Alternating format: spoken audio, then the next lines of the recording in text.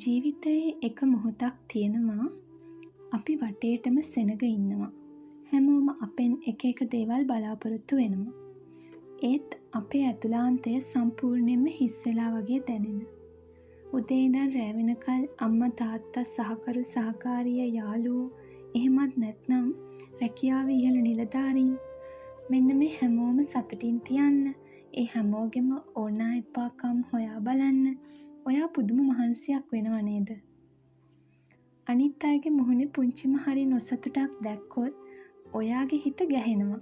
අනිත් අයට ප්‍රශ්නයක් ආවොත් ඔයා ඔයාගේ වැඩක් පවා පැත්තකට දාලා දුවගෙන යනවා. ඒත් අද මං ඔයාගෙන් එක පුංචි ප්‍රශ්නයක් අහනවා. හැමෝම වෙනුවෙන් ඕනෑම වෙලාවක ඉන්න ඔයා වෙනුවෙන් ඉන්නේ කවද්ද? අනිත් අය වෙනුවෙන් මහන්සි වෙලා රැට කොට්ටෙට ඔළුව තියාගත්තම ඔයාට දැනෙනේ මහන්සිය ඒ තනිකම කවදාවත් කාටවත් කියන්න ඔයාට බැරි වුණා.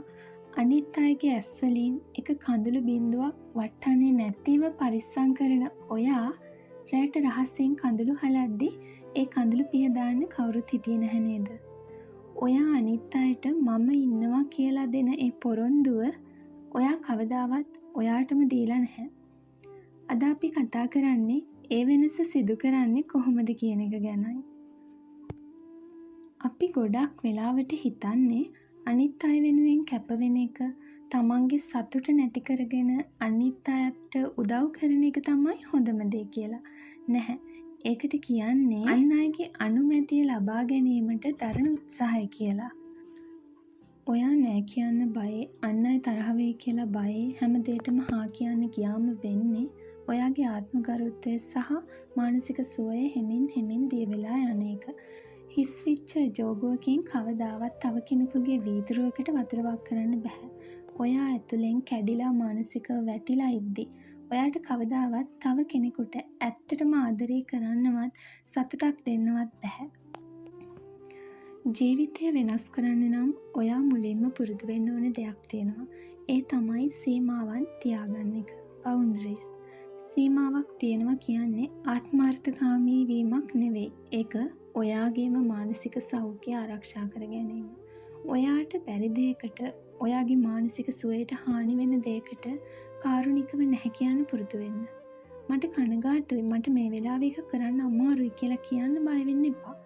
ඔයා නැහැ කියද්දි ඔයාගෙන් ඈත් වෙන අය ඉන්නවා නම් මතක තියාගන්න. ඒ අය ආදරය කළේ ඔයාට නෙවෙයි. ඔයාගෙන් වුණු වැඩවලට විතරයි. අපි අනිත් අයට කොච්චර කරුණාවන්තද? යාළුවෙක් වැරද්දක් කළාම අපි කියන්නේ කමක් නෑ ඕවා වෙනවා හිත හදාගන්න කියලා. ඒත් ඔයාගෙන් පුංචි වැරද්දක් වුණාම ඔයා ඔයාටම කොච්චර වද දෙනවද? මම මෝඩයි මට මුකුත් කරගන්න බැහැ කියලා ඔයා ඔයාටම බැන ගන්නව නේද? අද ඉඳන් ඒක නවත්තන්න. අනිත් අයට දක්වන කරුණාවෙන් දශමයක් හරි Tamanට දක්වන්න. දවසකට විනාඩි 10ක් වෙන් කරන්න ඔයා ආස දෙයකට. එක්කෝ පොතක් කියවන්න, නිදහසේ ඉඳන් තේ එකක් බොන්න. ඉතින් ඔයා එක්ක තනි වෙන්න පුංචි කාලයක් වෙන් කරන්න. ඒ විනාඩි කීපය ඔයා වෙනුවෙන් විතරක් වෙන් කරගන්න. අදින් පස්සේ ඔයාගේ කතාව වෙනස් වෙන්න ඕනි. අන් අය වෙනුවෙන් ජීවත් වෙන එක නතර කරන්න නෙවෙයි මම කියන්නේ. ඒත් ඒ ලයිස්තුවේ මුල්ම තැන ඔයාව ගේන්න. ඔයා නිරෝගීව සතුටින් ශක්තිමත්ව හිටියොත් විතරයි ඔයාට ආදරය කරන අයටත් ලස්සන අනාගතයක් හදලා දෙන්න පුළුවන් වෙන්නේ. Tamanට ආදරය කිරීම පාපයක් නෙවෙයි. ඒක ජීවත් වෙන්න අත්‍යවශ්‍යම දෙයක්. ඉතින් මේ කතා බහෙන් පස්සේ පුළුවන් නම් චුට්ටක් කණ්ණාඩිය ඉස්සරහට ගිහින් ඔයාගේ ඇස් දෙක දිහා කෙලින් බලන්න. බලලා කියන්න මෙච්චර කාලයක් මම හැමෝම වෙනුවෙන් හිටියා. ඒත් අද ඉඳන් මම වෙනුවෙනුත් ඉන්නවා කියලා. ඔයාගේ වටිනාකම් මනින්න අන් අයගේ සහතික ඕනි වෙන්නේ නැහැ. ඔයා මේ විශ්වයට ආවේ අන් අයගේ අපේක්ෂාවන් ඉටු කරන්න නෙවෙයිනේ. ලස්සනට ජීවත් වෙන්න. අදම ඒ පළවෙනි පියවර තියන්න.